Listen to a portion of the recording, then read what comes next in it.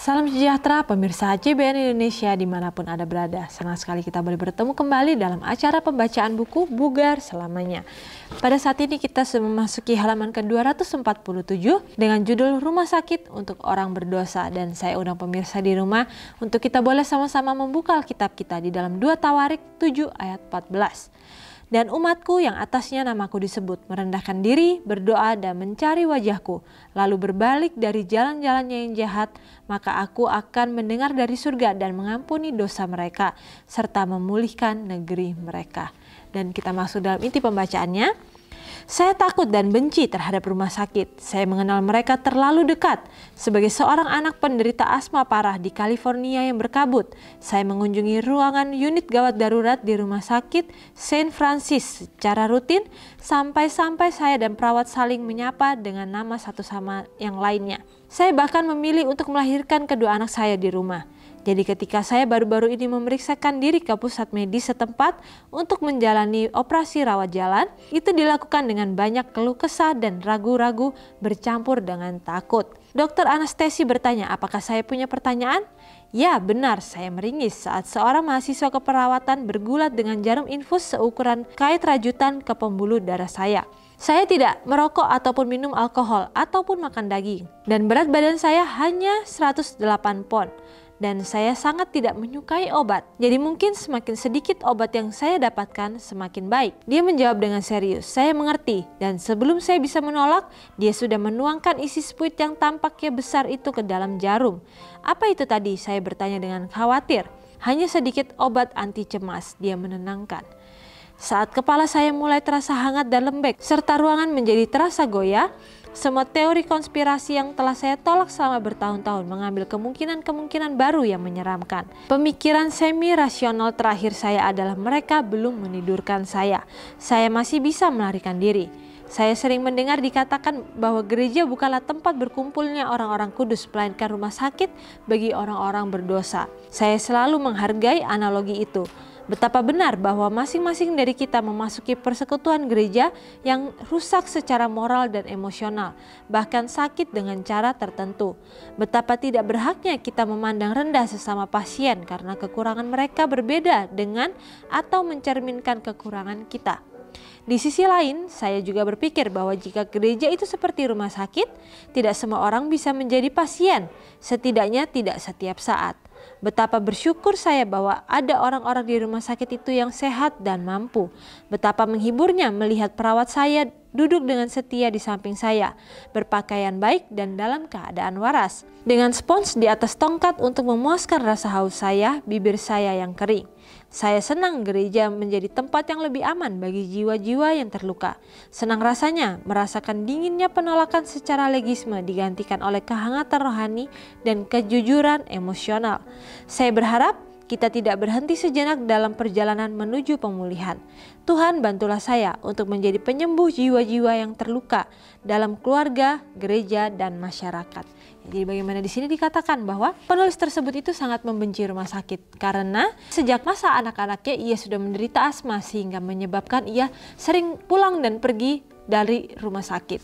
Jadi di sini diberitahukan kepada kita bahwa ia membenci rumah sakit karena begitu seringnya ia mendapatkan pengobatan di sana, yang akhirnya membuat ia terus merasa bosan.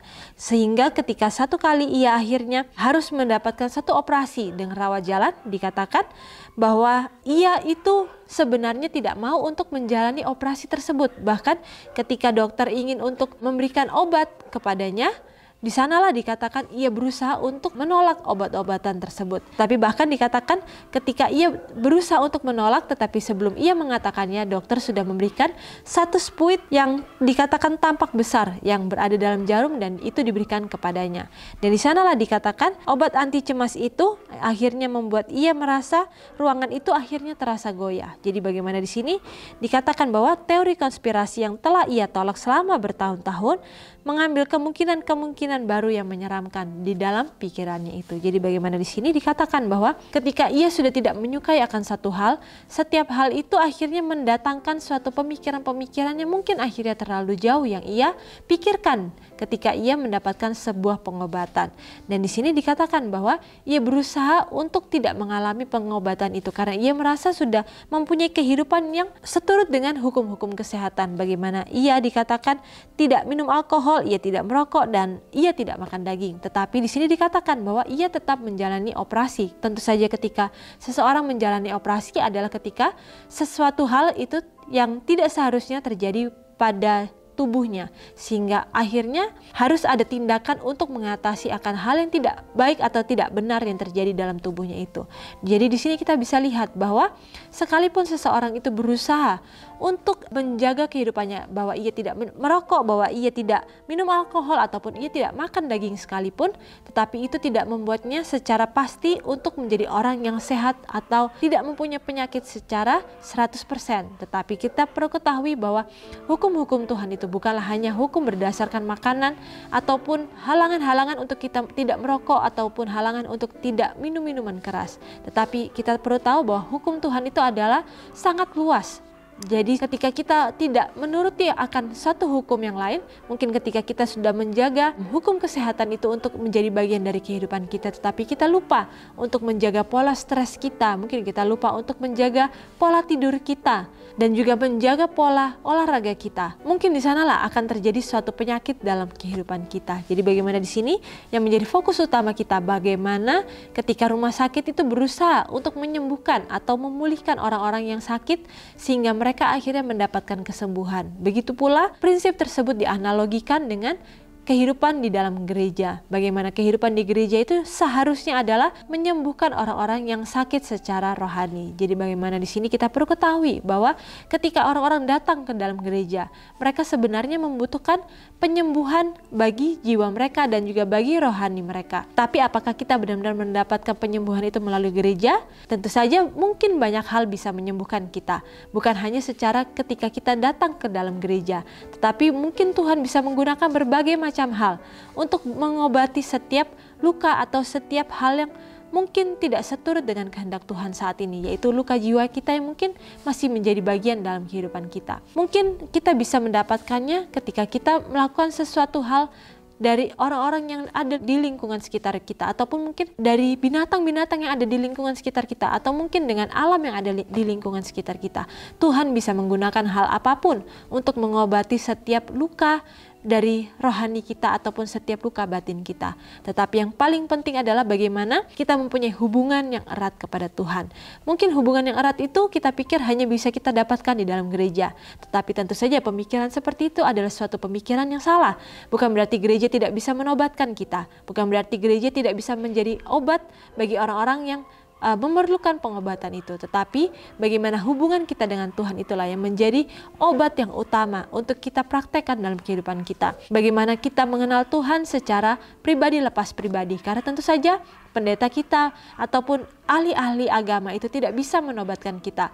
Mereka akan bisa memberikan penuntun bagi kehidupan kita. Tetapi yang perlu kita ingat kembali adalah kita dikatakan oleh Tuhan harus menyelidiki setiap hal itu, apakah seturut dengan firman Tuhan ataukah tidak seturut dengan firman Tuhan. Karena kita tahu bahwa sekarang ini begitu banyak nabi-nabi ataupun orang-orang yang mengaku pengikut Tuhan, tetapi mereka tidak menghidupkan apa yang firman Tuhan sudah sampaikan melalui tulisan-tulisan dari para nabi ataupun para rasul. Jadi bagaimana di sini kita bisa lihat bahwa melalui Alkitab dan Roh Nubuat, di sanalah kita bisa melihat tuntunan Tuhan yang sepenuhnya. Karena di sanalah Tuhan sudah memberikan jalan-jalan yang membawa kita kepada damai sejahtera. Sehingga ketika kita mau menghidupkan setiap hal yang telah kita pelajari dan menjadikan itu praktek, bukan hanya sekedar teori saja dalam kehidupan kita, maka di sanalah kita akan melihat bahwa Tuhan bekerja dengan begitu luar biasa dalam kehidupan kita masing-masing. Jadi bagaimana di sini dikatakan bahwa ketika kita menjadi pasien dalam kehidupan kekristenan, dalam kehidupan kerohanian kita.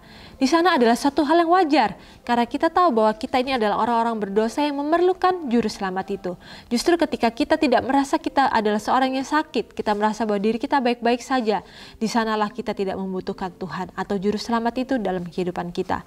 Tetapi justru karena kita merasa bahwa kita ini tidak mampu untuk menjalani kehidupan kita sendiri, kalau tidak Tuhan yang membantu kehidupan kita, maka di sanalah kita merasa memerlukan Tuhan itu untuk ada dalam kehidupan kita. Jadi bagaimana di sini kembali kita diingatkan bahwa ketika orang sakit itu memerlukan suatu pertolongan dalam kehidupannya, kita bisa mencari pertolongan kepada orang-orang yang memang ahlinya dalam memberikan pertolongan. Begitu pula dengan kehidupan kerohanian kita. Hendaklah kita memilih ahli yang tepat sesuai dengan kebutuhan dari kondisi kita pada saat itu. Dan kita tahu bahwa sebenarnya tidak ada seseorang yang lebih tepat daripada Yesus itu sendiri. Jadi bagaimana di sini kembali kita diingatkan bahwa pentingnya kita mempunyai hubungan yang erat dengan Bapa kita. Sehingga hubungan kita seharusnya sama seperti Bapa dengan seorang anaknya yang akhirnya mempunyai hubungan yang erat ketika anak itu sudah percaya sepenuhnya kepada bapaknya. Karena ia tahu bapaknya tidak akan menuntunnya kepada hal-hal yang tidak baik. Dan di sanalah kita bisa melihat bahwa kebergantungan anak itu kepada bapaknya yang seutuhnya itulah yang membuat anak itu bisa mau untuk berani melangkah dalam kehidupannya. Dan begitu pula dengan kita. Apakah kita benar-benar mempercayai Tuhan kita, Bapa kita yang di surga, dengan sepenuh hati kita, sepenuh pikiran kita, sehingga ketika kita mengikuti jalan-jalan Tuhan, kita tahu bahwa ini adalah jalan yang baik dan benar yang harus kita lakukan. Karena ketika kita sudah mengetahui sebuah kebenaran, maka kita melakukannya karena itu memanglah suatu hal yang benar yang harus kita lakukan. Bukanlah karena suatu keterpaksaan, tetapi karena kesadaran yang penuh bahwa kita mengetahui bahwa ini adalah jalan yang baik dan benar untuk kita lalui. Sehingga melalui setiap kesadaran tersebut kita bisa melihat bahwa Tuhan itu yang pegang kendali dalam kehidupan kita yang penuh dengan dosa ini. Karena Tuhan sudah memberikan pengharapan bagi kehidupan kita melalui setiap darah yang Ia sudah curahkan di kayu salib, yang memberikan kita suatu kesempatan untuk menjadi anak-anak Tuhan yang mempunyai sebuah pengharapan. Jadi bagaimana di sini ketika kita sudah mempunyai sebuah pengharapan, apa yang mau kita lakukan dalam kehidupan kita?